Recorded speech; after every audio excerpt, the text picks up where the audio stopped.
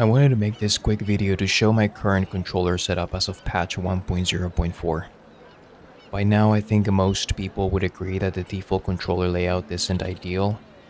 If you really want to get the most out of the parkour system, remapping the controls almost becomes a necessity. Unless Ubisoft releases an official controller overhaul, we are left finding our own solutions. In my case, I decided to change sprint to right trigger.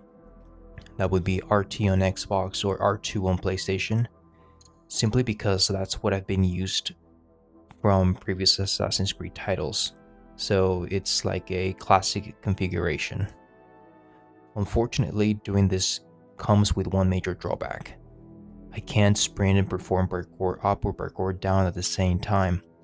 Instead, I have to release a trigger first and then press a parkour input. At first, this felt incredibly awkward, because this is something I'm not used to. In the classic games, you would simply hold the trigger while using parkour up or down. After spending some time with it though, I eventually adjusted, and now I can move around without too many issues. So far, I haven't run into any major input conflicts, which makes the setup perfectly usable for me.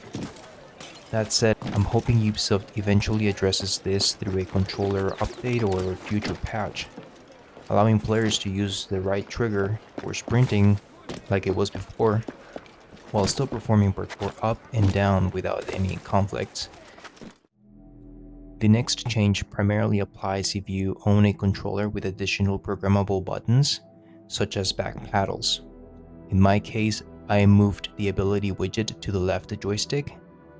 If your controller has remappable buttons, you could instead assign it to one of those, allowing you to access the ability wheel while being able to move around. It's a small change, but it makes navigating the controls feel much more comfortable. And finally, the rest stays the same, I think.